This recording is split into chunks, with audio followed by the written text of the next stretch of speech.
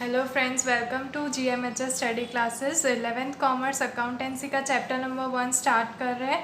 Already 2 videos इस पे upload कर दिए हैं। आपने वो नहीं देखे हैं तो प्लीज़ देखिए, उसके लिंक डिस्क्रिप्शन में डाल दिए। तो अकाउंटिंग एंड इट्स टर्मिनोलॉजी का ये 3rd वीडियो है मेरा। मैंने आगे बहुत सारे टॉपिक समझा दिए। आज हम बहुत ही इम्पॉर्टेंट टॉपिक पे बात करने वाले हैं, जो है लायबिलिटीज़ अकाउंटेंसी का बहुत ही इम्पॉर्टेंट पार्ट है। ये बहुत ज़रूरी आपको समझना। ये कंसेप्ट, ये आपका मतलब पिलर है अकाउंटेंसी का, अकाउंट्स का, बुक्स ऑफ अकाउंट्स प्रिपेयर करने का। तो फर्स्ट ऑफ ऑल हम समझते हैं लायबिलिटीज़ का मतलब क्या होता है। लायबिलिटीज़ का मतलब होता है मनी बोरोड। जब भी हम बिज़नेस में से कुछ मनी बोरो करते हैं या किसी से भी कोई मनी बोरो करते हैं बिज़नेस में डालने के लिए, तो वो बिज़नेस के लिए लायबिलिटी बन जाता है। लायबिलिटी मतलब हमारे ऊपर उसका कर्ज आ जाता है। जैसे हम लोन लेते हैं या किसी से भी मनी ऐसे ही बोरो करते हैं कोई भी, तो फिर वो हमारा मनी बोरोइंग्स हो जाता है, जिसे लायबिलिटीज़ कहते हैं, जिसे हमें कभी ना कभी उसे पे करना पड़ता है, उसे रिटर्न करना पड़ता है। ठीक है, तो वो हमारे बिज़नेस के ऊपर वो उसका एक लोड आ जाता है। वो लोड होता है, जो लायबिलिटीज़ होती है वो मनी हमें कब पे करना होता है, और उसकी लिमिट्स भी दी गई होती है कि इतने ही लिमिट में लायबिलिटीज़ को रीपे करना ज़रूरी होता है। तो वो सब हम डिटेल में समझते हैं। तो लायबिलिटीज़ मतलब मनी बोरोड। जब भी मनी बोरो करते हैं वो बिज़नेस के लिए क्या हो जाती है, एक लायबिलिटी बन जाती है वो मनी बोरोड। तो वैसे ही लायबिलिटीज़ को 2 पार्ट में डिवाइड किया जाता है, इंटरनल लायबिलिटीज़ और एक्सटर्नल लायबिलिटीज़। इंटरनल लायबिलिटीज़ और एक्सटर्नल लायबिलिटीज़ को समझते हैं। First of all internal liabilities. Internal और एक्सटर्नल का मतलब तो आपको पता ही होगा। अब इंटरनल लायबिलिटीज़ कैसी होती है। इंटरनल लायबिलिटीज़ मतलब जो बिज़नेस में बोरो किया हो, अपने खुद के बिज़नेस में से बोरोइंग्स की हो, बिज़नेस में से बोरोइंग्स की हो, सॉरी, बिज़नेस में से जो बोरोइंग्स की होती है ओन बिज़नेस में से, उसे इंटरनल बोलते हैं, इंटरनल लायबिलिटीज़। इसका एक एग्जांपल देती हूँ इंटरनल लायबिलिटी का। आप सपोज़ कर लीजिए कि जो एक बिजनेसमैन है, जो ओनर है बिज़नेस का, उसने अपने बिज़नेस में 1 लाख रुपीज़ बिज़नेस के मतलब मिडल टाइम में, मतलब आधा ईयर, अकाउंटिंग ईयर हो चुका होता है, और उसके बीच में उसने अपने बिज़नेस में जैसे 1 लाख रुपीज़ डाल दिए हैं। एक 1 लाख रुपीज़ का कैपिटल उसने अपने बिज़नेस में डाला है। तो वो बिज़नेस के लिए, बिज़नेस के अकाउंट में वो ओनर का लायबिलिटी उसमें लिखा जाएगा कि बिज़नेस में से ओनर को 1 लाख रुपीज़ देने होंगे। जब भी बिज़नेस का ऐसा फंड पूरा कंप्लीट हो जाएगा, इतना पैसा बिज़नेस में आ जाएगा, तो ओनर अपने 1 लाख रुपीज़ जो बीच में, साल के बीच में उसने डाले होंगे, वो वापस ले लेगा। तो ये इंटरनल लायबिलिटी मतलब ओनर और बिज़नेस के बीच की लायबिलिटी होगी, इसलिए इसे इंटरनल लायबिलिटी बोलते हैं। कि बिज़नेस के अंदर से कोई बोरोइंग्स या बिज़नेस के अंदर कोई हमने अपनी चीज़ डाली है, जो ओनर ने डाली है, वो इंटरनल लायबिलिटी हो गई। अब एक्सटर्नल लायबिलिटी किसे कहते हैं, जो थर्ड पार्टी होती है। थर्ड पार्टी मतलब फर्स्ट पर्सन तो बिजनेसमैन, और थर्ड पार्टी मतलब जो बाहर से आया हो। थर्ड मतलब बिजनेस के बाहर की पर्सन, थर्ड पर्सन जो होता है, या थर्ड पार्टी भी बोल सकते हैं, उससे कोई बोरोइंग्स हमने ली हो। जैसे कि अभी आपने किसी से गुड्स लिए, गुड्स मतलब कुछ सामान आपको चाहिए बिज़नेस के लिए, वो आपने ले लिया है ₹10,000 का। ठीक है, 10,000 का आपने बोरोइंग्स किया, और उसका पेमेंट आपने बोला है 6 मंथ्स के बाद करेंगे आप। तो फिर वो 6 मंथ्स तक आपकी एक्सटर्नल लायबिलिटी बन गई है। ठीक है, एक्सटर्नल लायबिलिटी हो गई वो 6 मंथ्स तक आपकी बिजनेस की। तो लायबिलिटी का मतलब यही होता है कि हमें वो उसका रीपेमेंट, उसे रिडीम भी बोलते हैं। रिडीम मतलब रीपे करते हैं, रिडीम बिज़नेस में से रिडीम बोलते हैं, मतलब रीपे कब करेंगे हम, तब तक के लिए वो हमारे बिज़नेस की लायबिलिटी होती है। मतलब इंटरनल लायबिलिटी और एक्सटर्नल लायबिलिटी, 2 पार्ट में लायबिलिटीज़ को डिवाइड किया जाता है। और अब आपको लायबिलिटी का मतलब समझ आ गया होगा, इंटरनल लायबिलिटीज़ का मतलब समझ आ गया होगा, और एक्सटर्नल लायबिलिटी का मतलब समझ आ गया होगा। एक्सटर्नल में थर्ड पर्सन को हमें पेमेंट देना होता है, थोड़े टाइम बाद या ज़्यादा टाइम बाद, पर वो पेमेंट तो देना ही होता है और रीपे करना होता है उसे। तो वो होती है एक्सटर्नल लाइबिलिटीज़। अब ये जो दोनों लाइबिलिटीज़ है, इंटरनल और एक्सटर्नल लाइबिलिटीज़, ये दोनों और भी फर्दर एक्सपांड होती है दो दो पार्ट्स में, जो होती है करंट लाइबिलिटीज़ और नॉन करंट लाइबिलिटीज़। उससे हम और अच्छे से समझते हैं। लाइबिलिटीज़ तो हर बिज़नेस में आती ही है। हर आपका बिज़नेस अकाउंट होगा, कोई भी बिज़नेस होगा, उसमें लायबिलिटीज़ का पार्ट बहुत इंपॉर्टेंट होता है। लायबिलिटीज़ सिर्फ ये नहीं है कि उसने बिज़नेस में अंदर डाला या फिर उसने किसी से लिया ही ना हो। जैसे आपने देखा होगा लोन्स जब भी होते हैं, लोन्स आपने देखा होगा हर बिजनेसमैन अपने बिज़नेस को एक्सपांड करने के लिए लोन्स लेते हैं बैंक से, कि वो उसमें इन्वेस्ट कर सके और फिर वापस लोन को रीपे कर सके। तो लोन्स मतलब एक बोरोइंग्स हो गई मनी की, तो वो हमारे लायबिलिटीज़ में आ जाती है। अब ये सब नॉन करंट और करंट में डिवाइड होती है कि कौन सी करंट है और कौन सी नॉन करंट लायबिलिटीज़ है।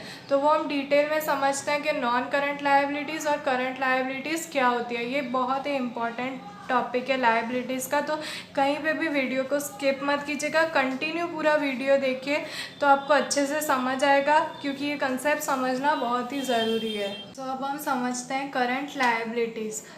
करंट लायबिलिटीज़ और नॉन करंट लायबिलिटीज़, इंटरनल और एक्सटर्नल लायबिलिटीज़ के लिए सेम कंसेप्ट रहने वाला है, तो दोनों के लिए सेम आएगा। तो first of all current liabilities, uh liabilities which is to be paid within 1 year.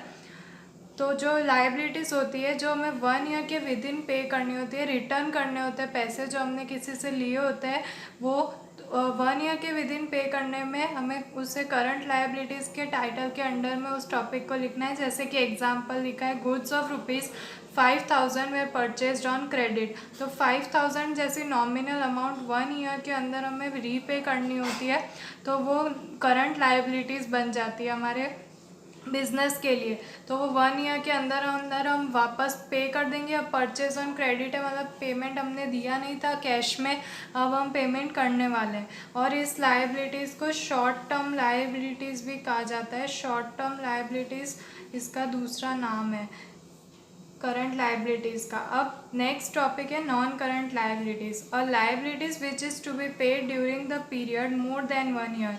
Non current liabilities, ये नाम पे से ही पता चलता है, मतलब नॉन करंट, अभी करंटली हमें इसका पेमेंट नहीं करना होता है। ये लायबिलिटी आफ्टर 1 ईयर हम इसे पे कर सकते हैं। तो ये 1 ईयर के बाद हो सकता है पे, क्योंकि अमाउंट बहुत बड़ी होती है। जैसे कि बैंक लोन्स इसका एग्जांपल है। बैंक लोन्स जो होते हैं वो बहुत लंबे चलते हैं, मतलब 1 ईयर के बाद भी हम उसे 5 साल 6 साल तक लोन्स बड़े जो बिज़नेस के लिए लिए होते हैं वो उसे रीपे कर सकते हैं। तो नॉन करंट लायबिलिटीज़ को लॉन्ग टर्म लायबिलिटीज़ भी कहा जाता है। ये उसका सेकेंड नेम है, लॉन्ग टर्म लायबिलिटीज़। और अगर बैंक लोन्स होंगे तो वो हमारे बैलेंस शीट में नॉन करंट लायबिलिटीज़ के टॉपिक के अंडर में लिखे जाएंगे, बैंक लोन्स। ठीक है। और अब हम समझते हैं दूसरा इम्पॉर्टेंट टॉपिक। लायबिलिटीज़ के साथ साथ असेट्स। असेट हमारा बहुत मेन टॉपिक है अकाउंटेंसी के लिए। लायबिलिटीज़ और असेट्स बैलेंस शीट के पार्ट होते हैं। आपने बैलेंस शीट सुना होगा, जब भी फाइनल बिजनेस का प्रॉफिट और लॉस हुआ है वो फाइंड करना होता है, तब अकाउंटेंट बैलेंस शीट बनाता है, जिसमें लेफ़्ट हैंड साइड पे लायबिलिटीज़ लिखी जाती है, मतलब हमें कितने पैसे चुकाने होते हैं, और राइट साइड में असेट्स लिखे जाते हैं, मतलब हमारे पास कितनी प्रॉपर्टी, हमारी बिजनेस की कितनी इनकम है टोटल। लायबिलिटीज़ का पार्ट अगर असेट से ज़्यादा होता है, मतलब बिज़नेस को लॉस हुआ होता है, मतलब हमें पेमेंट ज़्यादा करना होता है और हमारे पास प्रॉपर्टीज़ कम होती है, इनकम सोर्स कम होता है, और असेट्स ज़्यादा होती है लायबिलिटीज़ से, मतलब हमें प्रॉफिट हुआ होता है, मतलब हमारे पास ये लायबिलिटीज़, मतलब जो पैसे हमें रीपे करने होते हैं वो कम होते हैं। अब असेट्स का मीनिंग क्या होता है? Asset means any such tangible और intangible product of ownership of business and has economic value. Business की हर एक प्रॉपर्टी, हर एक चीज़ को इकोनॉमिक वैल्यू में कन्वर्ट करना होता है, जो हमारी होती है बिज़नेस की, उसे असेट कहा जाता है।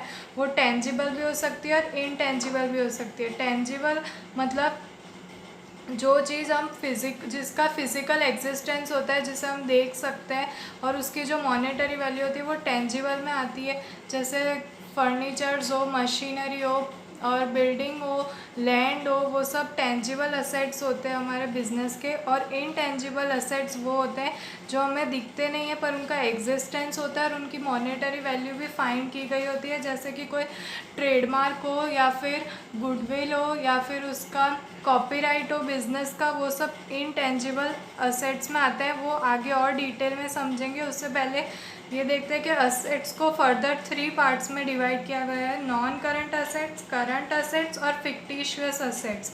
नॉन करंट असेट्स और करंट असेट्स, जैसे करंट लायबिलिटीज़ और नॉन करंट लायबिलिटीज़ थी वैसे ही ये असेट्स होती है, पर इसे और डिटेल में। अब हम नॉन करंट असेट्स को डिटेल में समझते हैं। नॉन करंट असेट्स मतलब क्या होता है, जैसे नॉन करंट लायबिलिटीज़ हमने समझा था, जो लायबिलिटीज़ होती थी जो 1 ईयर से ज़्यादा टाइम तक चलती थी, उसे नॉन करंट लायबिलिटीज़ कहते थे। वैसे नॉन करंट असेट्स, अब नॉन करंट असेट्स भी टाइम के ऊपर ही बेस्ड है। आप यहाँ पे देख सकते हैं ये बेसिस ऑफ टाइम लिखा है यहाँ पे, मतलब इसमें भी ऐसा ही है, जो 1 ईयर से ज़्यादा जिनकी लाइफ टाइम होती है, ठीक है, वो होती है नॉन करंट असेट्स। अब लायबिलिटीज़ तो हमें किसी और को पेमेंट करना होता था, और असेट्स मतलब क्या, जो हमारी प्रॉपर्टी है, जो चीज़ हमारी है बिज़नेस के अंदर, पर वो 1 ईयर से ज़्यादा तक हमारे बिज़नेस में चल सकती है, उसे नॉन करंट असेट्स कहा जाता है। असेट मतलब सारी हमारी खुद के बिज़नेस की प्रॉपर्टी होती है, सारी प्रोडक्ट्स हमारे बिज़नेस की होती है। अब आप सोच रहे होंगे कि नॉन करंट असेट्स में क्या क्या आता है, तो जैसे कि फर्नीचर है, वो एक ही बिज़नेस में बहुत ज़्यादा टाइम तक रह सकता है। कोई मशीन्स हमने ख़रीदी होती है, वो मशीन्स लॉन्ग टाइम तक चलती है, 3 to 4 ईयर्स, या कोई छोटी मशीन होती है तो 3 to 4 ईयर्स, और बड़ी मशीन कोई होती है फैक्ट्रीज़ में जैसे, तो वो उनकी लाइफ स्पैन उनका होता है 20 to 25 ईयर्स तक मशीन्स अच्छी चल सकती है। तो वैसे ये लॉन्ग टाइम तक जो चलती है उसे नॉन करंट असेट्स कहा जाता है, मतलब वो करंट असेट्स में नहीं है, नॉन करंट असेट्स में है। ये सारे टॉपिक आपको इसलिए समझा रही हूँ कि नॉन करंट असेट्स क्या होता है, करंट असेट्स क्या होता है, लायबिलिटीज़ नॉन करंट और करंट कौन सी होती है, ये सब आपको इसलिए समझना ज़रूरी है क्योंकि आगे जब आप बैलेंस शीट रेडी करोगे तो उसमें आपको ये टॉपिक के अंडर में लिखना पड़ता है। फर्स्ट ऑफ ऑल आपको टाइटल देना होता है असेट्स की साइड में, नॉन करंट असेट्स, फिर उसके नीचे आपको कुछ दिए होते हैं टॉपिक्स के, प्लांट एंड मशीनरी। तो मशीनरी है तो वो कौन से टॉपिक के अंदर आती है, करंट असेट्स में आती है कि नॉन करंट असेट्स में आती है। तो नॉन करंट असेट्स के टाइटल के नीचे आपको लिखना पड़ता है, इसलिए ये समझना आपको बहुत ज़रूरी है, non current assets, current assets और भी सारे टॉपिक्स।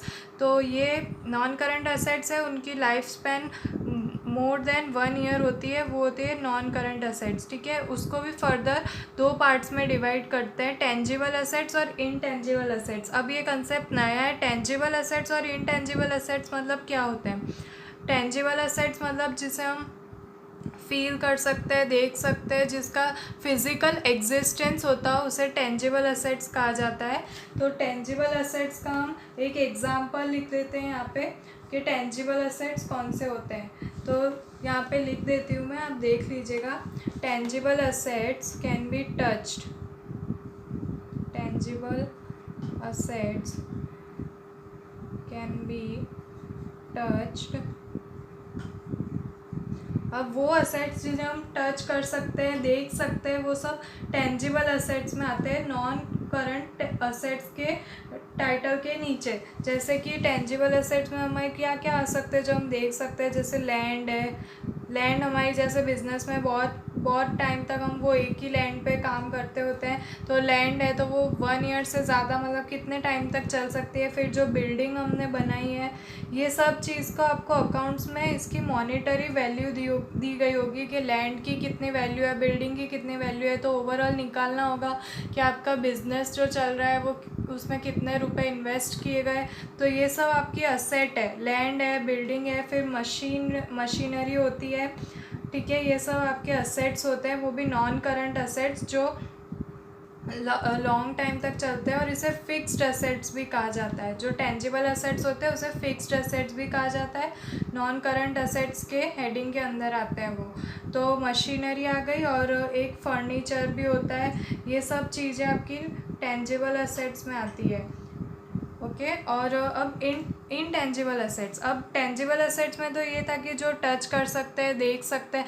अब इनटेंजिबल एसेट तो आप ऐसे कोई एसेट्स बताइए जो हम नहीं देख सकते, हमारे बिजनेस में होते हैं पर वो हमें दिखाई नहीं देते, पर उसकी मॉनेटरी वैल्यू होती है। तो मैं आपको डिटेल में समझा देती हूँ कि इनटेंजिबल एसेट्स में क्या आता है। जैसे कि आपने सुना होगा ट्रेडमार्क और कॉपीराइट्स हमें लेने पड़ते हैं, वो डॉक्यूमेंट्स होते हैं जो गवर्नमेंट से हमें मिलते हैं, मतलब हमारी कंपनी रजिस्टर है, लाइसेंस्ड है, तो वो सब जो होते हैं वो इनटेंजिबल एसेट्स होते हैं। वो पेपर वर्क होता है सारा, वो सब इनटेंजिबल एसेट्स में आता है, वो हमारा एसेट्स है। जब भी हमें हमारा बिजनेस बेचना होता है या उसकी रियल वैल्यू फाइंड करनी होती है कि अभी मार्केट में हमारे बिजनेस की क्या वैल्यू है अगर हम बेचने जाए तो जब लास्ट में देखा जाता है तो ये फिक्स्ड एसेट्स जो आती है इनटेंजिबल एसेट्स, तब इसके भी पैसे गिने जाते हैं कि हमारा ट्रेडमार्क का हमने इतना खर्चा किया, हमारा कॉपीराइट इतने का था, और गुडविल मतलब हमारी जो मार्केट में रेपुटेशन होती है, उस रेपुटेशन को भी हमने पैसे में गिन लिया होता है।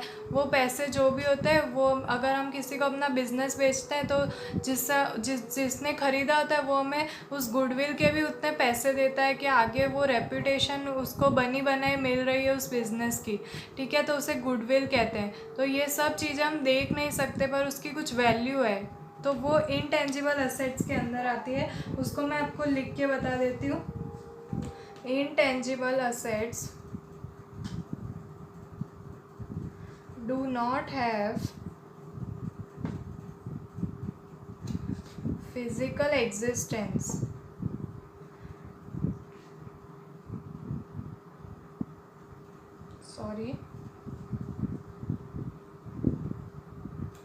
फिजिकल एग्जिस्टेंस नहीं होता है उसका, वही होता है इनटेंजिबल एसेट्स। तो उसके एग्जांपल्स जो मैंने आपको बताया वही होता है ट्रेडमार्क और कॉपीराइट्स। आपने देखा होगा कि कोई चीज़ें होती है उसके ऊपर लिखा होता है इसका कॉपीराइट अभी तक बना नहीं होता है और उसके परमिशन के बिना आप उसका कॉपीराइट नहीं निकाल सकते हैं। और गुडविल, ये सब हमारे बिजनेस के इनटेंजिबल एसेट्स होते हैं। ओके, और अब हम नेक्स्ट आगे करंट एसेट्स समझते हैं। अगर आपको अभी भी इसमें कोई डाउट रह गया हो, ये टॉपिक आपको ना समझ आया हो करंट नॉन करंट एसेट्स का, या फिर टेंजिबल एसेट और इनटेंजिबल एसेट ना पता चला हो, तो आप कमेंट करके पूछ सकते हैं ताकि मैं और अच्छे से उसको समझा सकूं। और डिटेल में समझते हैं आगे। अब करंट एसेट्स की बात करते हैं। This assets have time duration less than 1 year. ऐसे एसेट्स हमारे बिजनेस के जिनका टाइम ड्यूरेशन 1 ईयर तक का ही होता है, जैसे कि बैंक बैलेंस होता है, कैश बैलेंस होता है, या फिर कोई रॉ मटेरियल जैसे हम 1 ईयर से ज़्यादा तक नहीं रख सकते। अब ऐसा कोई बिज़नेस होता है जो बिज़नेस में हमें रॉ मटेरियल का यूज़ करना होता है या फिर कोई ग्रेन्स यूज़ करने होते हैं, तो वो सब हम 1 ईयर से ज़्यादा तक स्टोर करके नहीं रख सकते। तो वैसे सब जो हमारे असेट्स होते हैं वो हमारी इनकम सोर्सेज, पर वो असेट्स सारे 1 ईयर से कम ड्यूरेशन के होते हैं, इसलिए उसे करंट असेट्स कहा जाता है। अब ये करंट असेट्स को फर्दर 2 पार्ट्स में डिवाइड किया गया है, लिक्विड असेट्स और real assets.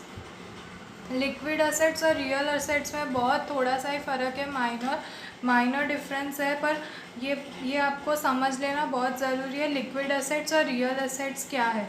First of all liquid assets की बात करते हैं। This assets can be quickly converted into cash. जिसकी लिक्विडिटी हाई होती है वैसे असेट्स, लिक्विडिटी हाई होती है मतलब हमें उसे जल्दी मार्केट में बेच सकते हैं और उससे पैसे कमा सकते हैं।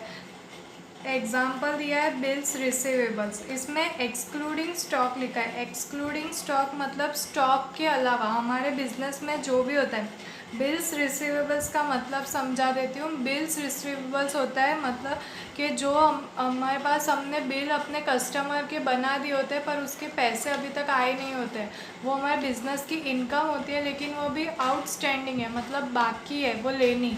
जो कस्टमर ने अभी तक पैसे दिए नहीं हैं, उनके बिल्स हमारे पास बने हुए हैं, वो बिल्स रिसीव होने बाकी है, वो बिल्स रिसीवेबल होते हैं। मतलब ये सब जो असेट होती है, बिल्स रिसीवेबल की जो अमाउंट होती है वो हमें इजीली कैश में मिल जाती है और इसकी लिक्विडिटी हाई होती है, इसलिए लिक्विड असेट्स कहा जाता है। इसमें स्टॉक नहीं आता, ये एक्सक्लूडिंग स्टॉक है, ये हमेशा याद रखना है। और रियल असेट्स, इन दोनों में ज़्यादा डिफरेंस नहीं, पर रियल असेट्स भी समझ लीजिए। दीज असेट्स है value in reality, reality market में जो उसकी वैल्यू होती है वो हमें मिल जाती है, इतनी जल्दी नहीं मिलती जितनी लिक्विड असेट्स में मिल जाती थी, क्योंकि इसमें बड़ी अमाउंट होती है। जैसे कि रियलाइजेबल जो वैल्यू मिलती है, जैसे लैंड और मशीनरी, लैंड और मशीनरी की रियल वैल्यू, मार्केट वैल्यू हमें मिल जाती है। रियल असेट्स होते हैं ये दोनों, और ये रियलाइजेबल वैल्यू होती है उसकी, पर इसमें टाइम लगता है। तो ये माइनर डिफरेंस था करंट असेट्स का लिक्विड असेट्स और रियल असेट्स में, जैसे लैंड और मशीनरी भी दी गई होती है। तो अब हम लास्ट टॉपिक है जो करंट असेट्स के बाद का फिक्टिशियस असेट्स, वो समझ लेते हैं। उसके बाद ये वीडियो को स्टॉप कर देंगे, ये वीडियो कंप्लीट हो जाएगा ये लास्ट टॉपिक के बाद, क्योंकि उसके बाद जो नेक्स्ट टॉपिक है वो अगर आप सारे एक साथ समझोगे तो बहुत कंफ्यूजिंग हो जाएगा। ये सब टॉपिक न्यू है, इसलिए थोड़ी प्रैक्टिस की और थोड़े अच्छे से समझने की ज़रूरत है। तो एक टॉपिक और कंप्लीट कर लेते हैं। तो लास्ट असेट्स का जो पार्ट है, third part, fictitious assets. Fictitious assets do not have physical existence. Fictitious assets का कोई फिज़िकल एग्जिस्टेंस नहीं होता है, मतलब वो असेट तो है पर फिज़िकली नहीं है हमारे सामने, वैसे असेट्स को फिक्टिशियस असेट्स कहा जाता है। और इसकी रियलाइजेबल वैल्यू होती है वो भी ज़ीरो होती है, मतलब हम इसे इजीली कैश में कन्वर्ट नहीं कर सकते हैं, इसकी रियलाइजेबल वैल्यू भी ज़ीरो होती है। फिर आप सोचोगे कि ये असेट कैसे हुआ जिसकी रियलाइजेबल वैल्यू भी नहीं है, कैश में भी कन्वर्ट नहीं हो रहा है, फिज़िकल एग्जिस्टेंस भी नहीं है, और ये कैश में कन्वर्ट नहीं हो रहा है। और तो ये है शेयर्स। शेयर्स जैसे डिबेंचर्स जैसे जो असेट्स होते हैं, जैसे उनकी कोई फिज़िकल एग्जिस्टेंस भी नहीं होता और उसकी रियलाइजेबल वैल्यू भी ज़ीरो होती है, मतलब ये इसके ऊपर रिस्क फैक्टर होता है कि इसके ऊपर पैसे हमें प्रॉफिट मिलेगा कि नहीं मिलेगा। तो ये सब फिक्टिशियस असेट्स में आते हैं, मतलब कभी इस पर प्रॉफिट हो भी सकता है और नहीं भी हो सकता है। और रियलाइजेबल वैल्यू ज़ीरो कैसे, मतलब हम इसे जब चाहे तब बेच नहीं सकते इसे, और जो अमाउंट हम चाहे वो हमें शायद ना भी मिले। तो ये सारे पॉइंट्स इसके ऊपर सेट हो रहे हैं, जैसे कि फिक्टिशियस असेट फिज़िकल एग्जिस्टेंस नहीं रखता है तो वो शेयर्स उसमें हो रहा है, रियलाइजेबल वैल्यू भी उसकी हमें नहीं मिल रही है इजीली, वो भी इसमें हो रहा है, और cash cannot be these assets cannot be converted into cash, वो भी यहाँ पे हो रहा है। और इसका एक और नाम है फिक्टिशियस असेट्स है also known as spread revenue expenses. Spread revenue expenses भी है ये हमारे, जो हमारे जैसे शेयर्स है वो एक्सपेंस है फर्स्ट ऑफ ऑल, उसके बाद हमें फिक्स नहीं है कि इस पर हमें प्रॉफिट होगा कि नहीं होगा, इसलिए इसे स्प्रेड रेवेन्यू एक्सपेंस भी कहा गया है ऐसे फिक्टिशियस असेट्स को। तो ये था लास्ट टॉपिक असेट्स का। अब आप लायबिलिटीज़ और असेट्स का कंसेप्ट क्लियर कर लीजिए, उसके बाद हम नेक्स्ट टॉपिक देखेंगे हमारे नेक्स्ट वीडियो में। तो फ्रेंड्स तब तक के लिए गुड बाय।